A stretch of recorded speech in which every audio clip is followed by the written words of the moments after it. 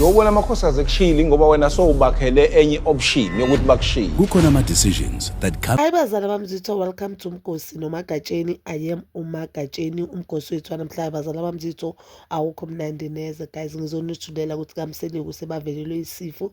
Ubhuti kaMusa Mseleko, ubhuti uvukile. I don't know whether uvukile or bavukile, has sadly passed away guys. Ubhuti bavukile uyawavela ku season 8 of Uthando Nesithembu.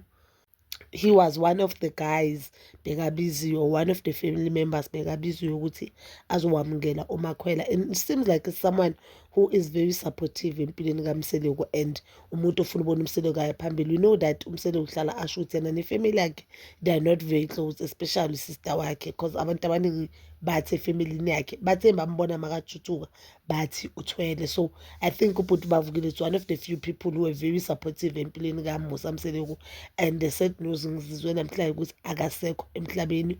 Bekane security company, so bekane security company enkulu la bekahlala ngakhona, and usho udlule emhlabeni ngokudutshulwa. Khona umuntu ombulela, umdubule washona on the scene guys. It is so sad. I know ukuthi uMusa Mseleko is one person othanda ifamily. I can't just imagine inhlungu kuye manje engathi bangaduduzeka bonke abantu bakaMseleko, yonke ifamily akabhuti bavukile, amakhosikazi wakhe, ingane zakhe, nje yonke ifamily ezohola engathi bangaduduzeka. uNkulunkulu abe nabo kulesimo esinzima abandlula kuso manje.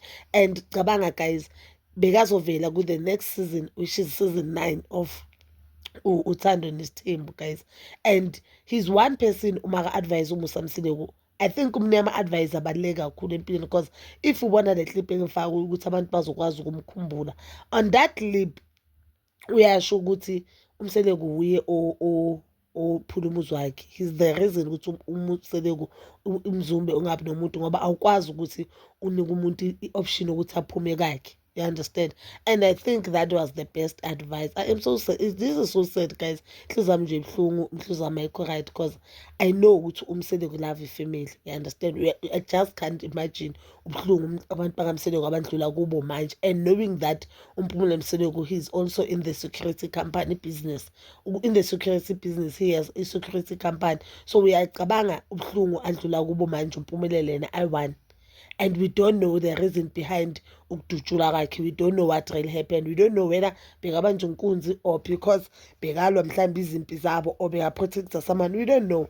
And I think now because uMphumelo i-secret company yakhe iyakhula, ngicabanga ukuthi mhlambe nayo unesandla ekutheleni ukuthi uMphumelo ibhizinisi lakhe likhule lindlondlobale, because if you've seen that part avele kuyo ku season 8, ukuthi sikuthi he's a bubbly someone. Ubonile even indlela umayeni bakhuluma ngaye ngakhona ukuthi haye cela ungazichathi nje nabantu bamseleko, uyayinomseleko. Bobona nje ukuthi kusho ukuthi indoda abajwayele ukukhuluma naye, indoda abayijwayele, indoda nje elungile. So it is so sad guys. Ngiyabazwela abantu bakaMseleko kulesimo amandlula kuso.